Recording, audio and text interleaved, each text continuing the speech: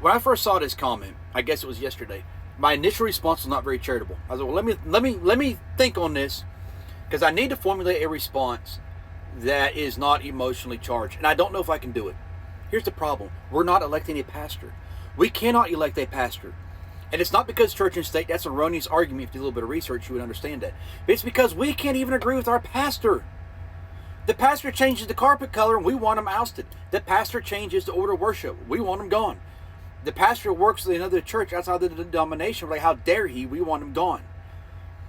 So we're not electing a pastor. We cannot elect a person that's doctrinally aligned with us, because then we'd only be able to write ourselves into the ballot. We need to elect, we are charged with, we are required to elect the person that is going to protect our rights, our liberties to worship freely, to protect our ability to gather, to assemble, to pray. That's what we're electing. We're electing the person that's going to protect the children, that's going to protect our nation. See, never has there been a more clear separation in candidates on who wants to protect the children and stop some of this insanity, and who doesn't care if they protect the children, that wants to promote things that actually are harmful to our kids. See, the Bible is very clear, and if you're an evangelical, you've got to consider Scripture. And Scripture says, Jesus, bring the little ones to me, and those that lead them astray, those that harm them, it's better off that they tie a stone around their neck and toss them into the water. That's how serious they are about this. So for you to abdicate your responsibility, your rights, your liberty to vote for the person that is going to protect that, you are giving a vote to the other person, to the other party. And at some time, and if the evangelical base, if they subscribe to Scripture, knows that there's going to be a time where we stand before the judgment seat and we're going to have to answer for everything we did, everything we did not do, everything we said, everything we did not say.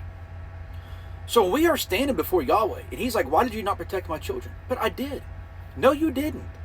Look at who you voted for. This is what they wanted to do to my little ones. And the problem goes deeper than that, much deeper than that. When we stop turning out in large numbers to support a candidate that's going to protect our way of life, protect the rights endowed to us by our Creator, enshrined in our Bill of Rights, enshrined in our Constitution. When we stop supporting those because they're not doctrinally aligned with us the way they should be, the way we feel they should be, the way that we erroneously think is important, then they will stop coming to the evangelical community for support.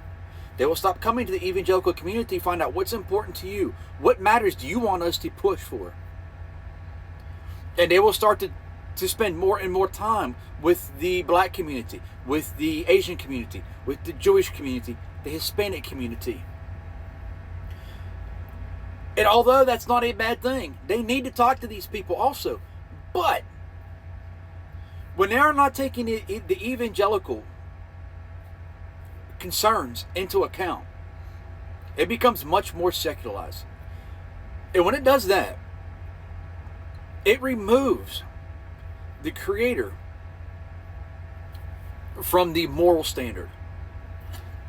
And you get to moral relativism. And that never works. Moral relativism never works.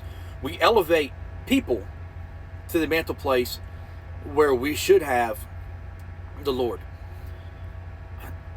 And the longer that goes on, the more powerful the state becomes, and the more the state becomes the provider, the leader, the one that takes care of you. And the more that happens, the more the state believes that there can be no higher power than us. And as a result, the church becomes more marginalized, and more marginalized, until the only church that's allowed or accepted is the church approved by the state. History is full of these examples. It happened with the Bolsheviks and the takeover of Russia, and you had the state-sanctioned church for the Soviet Union. It happened with the state-sanctioned church and with the National Socialists in Germany. And it always devolves from National Socialism or Democratic Socialism to communism and ultimate control and full control by the state. So we can't take this mindset. We have to understand we're not electing a pastor. We're electing a leader that's going to protect to things that are important to the Christian faith. They're not going to do them all. We know that. And we can look through the history of Scripture and through the writings of historian Josephus and see that people have done things throughout history to help restore the chosen people, God's chosen people, to help them rebuild temples, help them rebuild the Holy Land, to allow them to worship freely, to allow them to assemble when previously they couldn't because whoever conquered it wouldn't allow it. See, it doesn't have to be an evangelical Christian of our denomination or our belief that to protect those things.